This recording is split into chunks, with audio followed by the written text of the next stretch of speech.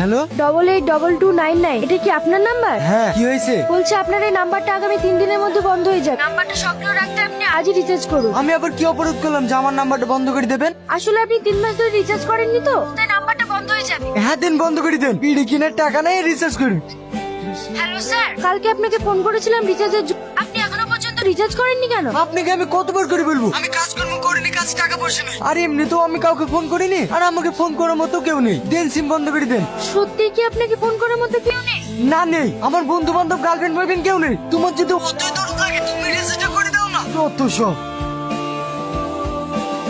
মেয়েটা সত্যি তোকে রিচার্জ করে দিল? আমার তো বিশ্বাসই হচ্ছে না। আমি কি মিথ্যে কথা বলছি? তোরা তো নিজের চোখে দেখলি। আমার মনে হয় মেয়েটা তোর সাথে প্রেম করার ইচ্ছা আছে, জানিস? তা নাহলে রিচার্জ করে দেবে কেন? থাম থাম থাম, মেয়েটা আবার ফোন করছি। ম্যাডাম আপনাকে অনেক অনেক ধন্যবাদ রিচার্জটা করে দেওয়ার জন্য। দেখেন, আমি রিচার্জটা হয়েছে কিনা সেটা জানার জন্য ফোন করেছি। আমি আপনার সাথে 5 মিনিট কথা বলতে চাই। আপনি কি এখন ফ্রি আছেন? হ্যাঁ ম্যাডাম। কাল যে আপনি বললেন রিচার্জ করার টাকা নেই, কি আপনার কাছে টাকা ছিল না? না ছিল না। কেন?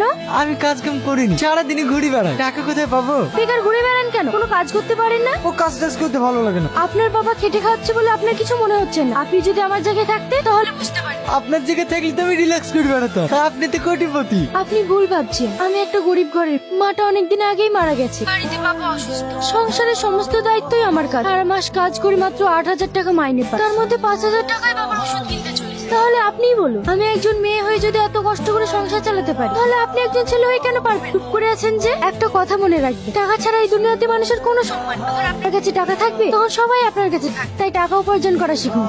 দাঁড়ান দাঁড়ান, চলে এসছি।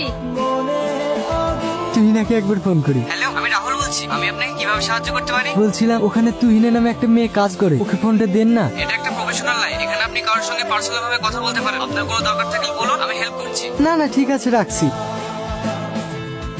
হ্যালো, বিশ্বজিৎ বলুন, আপনাকে আমি কিভাবে হেল্প করতে পারি? হ্যালো, আমি তুহিনা বলছি। সকাল থেকে একবারও ফোন করোনি কেন? আমি তোমার ফোনের অপেক্ষায় ছিলাম। অপেক্ষায় ছিলে কেন? কেন তুমি জানো না নাকি তোমার সঙ্গে কথা না বললে আমার একটু ভালো লাগে না? ভালো লাগে না কেন? তোমাকে ভালোবাসি তাই। কি? ওসব কথা বাদ দাও। আমার লাইফে আজকে আমি প্রথম 500 টাকা ইনকাম করেছি, ওই টাকাটা আমি তোমাকে দিতে চাই। তোমার ফোন পে নাম্বার বলো। আমাকে কেন? জীবনের প্রথম ইনকাম বাবা মায়ের হাতে তুলে দিতে হয়।